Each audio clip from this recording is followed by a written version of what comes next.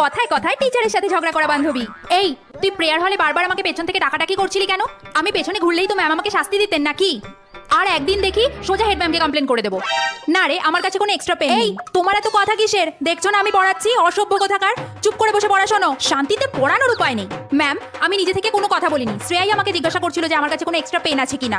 আপনি বকার হলে ওকে বকুন, আমায় বকছেন কেন? এই শোনো, তোমাকে তর্ক করতে বলা হয়নি, চুপচাপ বসো। ম্যাম, আমি কোনো দোষ করিনি। দোষ করলো ও, আর বকা খাবো আমি। এরকম চুপ করো না ম্যাম, আপনি ওকেই বকুন। তুমি তো খুব অসভ্য আর অবাধ্য দেখতে পাচ্ছি। ম্যাম, আপনি সবসময় আমারই দোষ দেখেন। কি জানি কি প্রবলেম আছে আপনার আমার সাথে। তোমার যদি ক্লাস করার ইচ্ছা না থাকে তাহলে তুমি এক কাজ করো, ক্লাস থেকে বেরিয়ে যাও। আমি যখন কোনো দোষ করিনি তখন আমি যাব না। আর আমি যদি যাই তাহলে শ্রেয়াও যাবে আমার সাথে।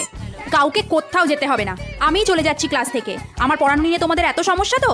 আর এর পর দিন থেকে আমি যখন ক্লাসে আসবো তার আগেই যেন দেখি তুমি ক্লাস থেকে বাইরে বেরিয়ে গেছো, ঠিক আছে? বয়ে গেছে আমার ওনার ক্লাস করতে। উনি না পড়ালে যেন আমি পাশ করবো না।